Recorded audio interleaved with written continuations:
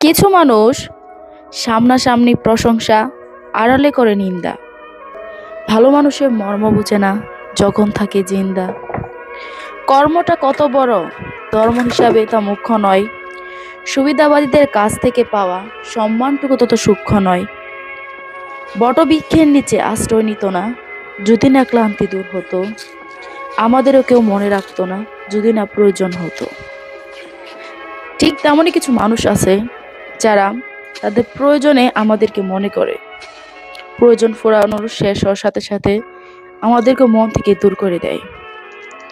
আর আপনার সামনে দেখবেন অনেক মানুষ খুবই প্রশংসা করতেছে, কিন্তু যখন আড়ালে যাবেন, চোখের আড়ালে, সাথে সাথে আপনার নিন্দা শুরু হয়ে গেছে।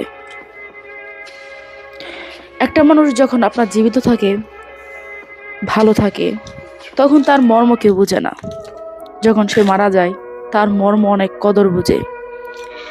বিশেষ করে দেখতে পারবেন যখন দেখবেন কবিরা মারা যায় বা কেউ কিছু একটা ভালো কাজ করলো, সে ভালো কাজ করলে জীবিত অবস্থায় সেটার মূল্য পায় না, মারা গেলে মূল্য পায়। কেন?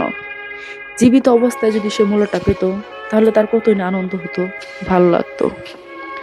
তাই আমরা কখনো সামনাসামনি প্রশংসা, আড়ালে কখনো নিন্দা করব না। সবাই সবাইকে ভালোবেসে একসাথে এগিয়ে যাব, মনকে পবিত্র রাখবো। ইনশাল্লাহ আমাদের দেশটা অনেক সুন্দর হবে, ভালো হবে, মানুষের মনগুলো অনেক সুন্দর হবে।